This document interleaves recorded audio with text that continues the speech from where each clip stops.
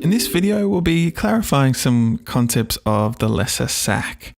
Let's just get our bearings a little bit first. So we have the diaphragm here, cutting away these organs one by one for a better view. We have the liver, we have the stomach, we have the lesser omentum here, and we have the spleen down the back, a little bit of the kidney there as well. We also have the aorta and part of the inferior vena cava. So I've cut our model in this plane because I want to bring up an image that you may have seen before, which is from an old version of Gray's Anatomy.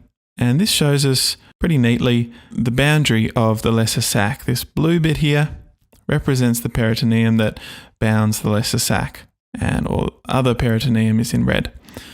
So let's draw that out on our own model. We see the entry involves the lesser omentum as the anterior wall, the peritoneum that covers the stomach, and we encounter the gastrolienal ligament which attaches to the spleen.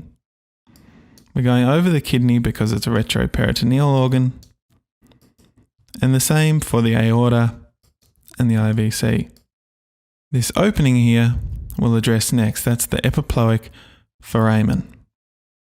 This is, in one plane, the dimensions of the lesser sac.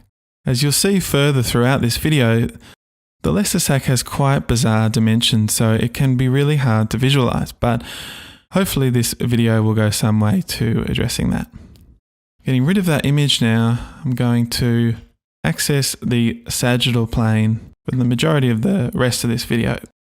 And before I do that, let's just have another look at the stomach with the lesser omentum attached. As you may know, the greater curvature of the stomach gives rise to the lesser omentum, which originates in the liver. Let's bring in the rest of the liver to see a bit more of that. Take out that.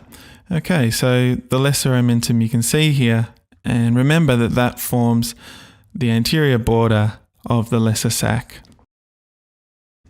We're going to bring up another image which I imagine you'll be familiar with, also from Gray's Anatomy. This cursed image. Let's move our sagittal plane in, cutting through the liver, the large bowel, and now we reach an important landmark regarding the epiploic foramen. That's the gallbladder. So once we've found the gallbladder, we know we're not too far away, because to the anatomical left of the gallbladder, we'll soon find the entrance to the lesser sac. Moving on. Okay, and now look at that.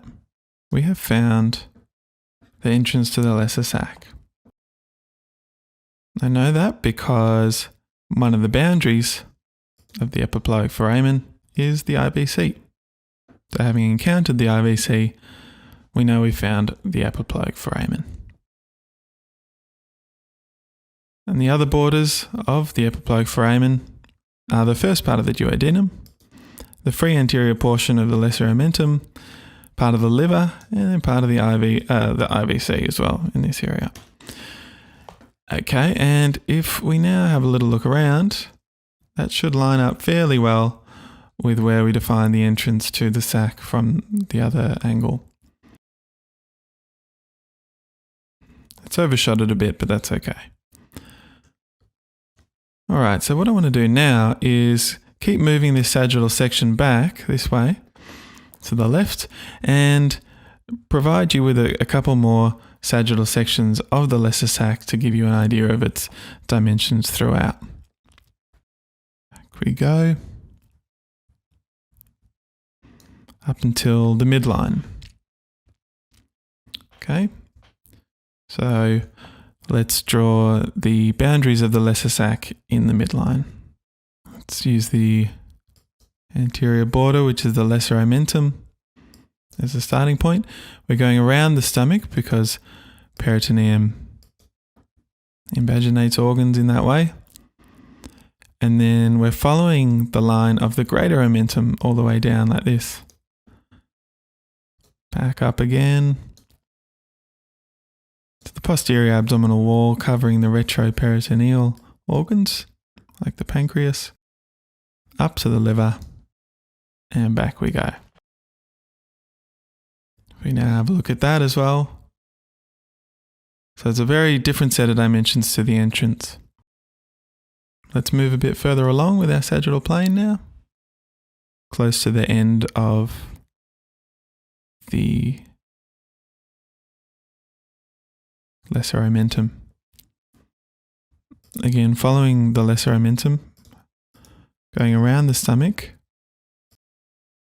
down the greater omentum, into the posterior abdominal wall, covering a little bit of the spleen, a little bit more of the stomach, back to the lesser omentum.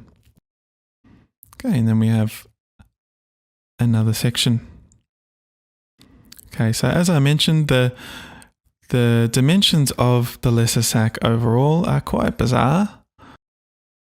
But if you can piece together these sections in your mind, we get a pretty good idea of how the space changes throughout the sagittal plane. And we're going to leave it there.